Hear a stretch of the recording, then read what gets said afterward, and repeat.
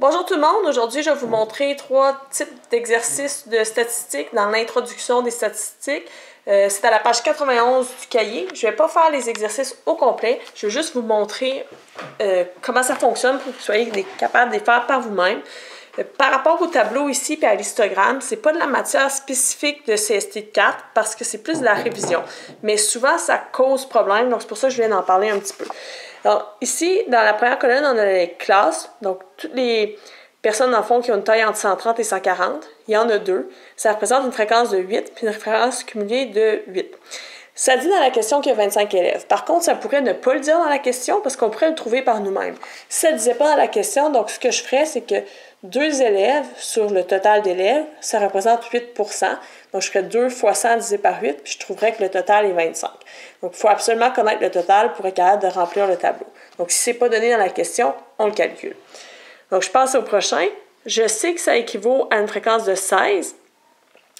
Donc, je pourrais ici aller faire x sur 25 égale 16 sur 100. Donc, 16 fois 25 divisé par 100. Ou, bien là, tout simplement, on voit que 16, c'est le double de 8. Donc, normalement, l'effectif va être le double aussi. Donc, 4 est le double de 2. La fréquence cumulée, c'est l'addition des fréquences. Donc, j'avais 8. Donc, j'avais une fréquence ici de 8. À ça, j'ai ajouté 16. Donc, je suis rendue à une fréquence de 24. Dans le but d'arriver à la fin de notre tableau à une fréquence cumulée de 100. Il faut toujours que ça donne ça. Ici, les données sont faites un petit peu différemment. Donc, la seule donnée que j'ai, c'est le 80. Donc, à partir du 80, je vais pouvoir faire 80 moins 56 pour trouver la fréquence de 24. Et là, je vais pouvoir continuer à remplir. Donc, vous devriez être en mesure de finir de compléter ce tableau-là. Prochaine question, question 7, l'histogramme. Donc, on demande de trouver la moyenne et la médiane. Donc, quand on veut trouver la moyenne d'un histogramme, ce qu'il faut faire, c'est trouver la moyenne de chacune des classes. Donc, dans ce cas-ci, ça serait 7,5, 12,5, 17,5, 22,5, etc. Et il faut aussi trouver c'est quoi l'effectif de chaque classe. Donc, il y a combien de données pour chacune des classes. Donc, ici, 3, 4, 9, etc. Une fois que j'ai trouvé ça, je fais le calcul. Donc, je multiplie.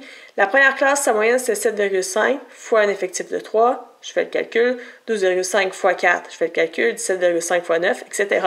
Donc, je calcule pour chacune des classes qu'est-ce que ça donne la multiplication. Puis, une fois que j'ai trouvé toutes ces valeurs-là, je les additionne pour connaître le total. Aussi, je peux additionner tous mes effectifs ici pour connaître le total d'effectifs qui, dans ce cas-ci, est 40. Quand je vais vouloir trouver la moyenne, je vais faire ce total-là divisé par 40, puis je vais avoir la moyenne. Pour la médiane, vu que je sais qu'il y a 40 données, ça veut dire que la médiane, ça va être la moyenne entre la 20e et la 21e donnée. Ça veut dire que j'ai besoin de savoir la 20e donnée est où dans l'histogramme.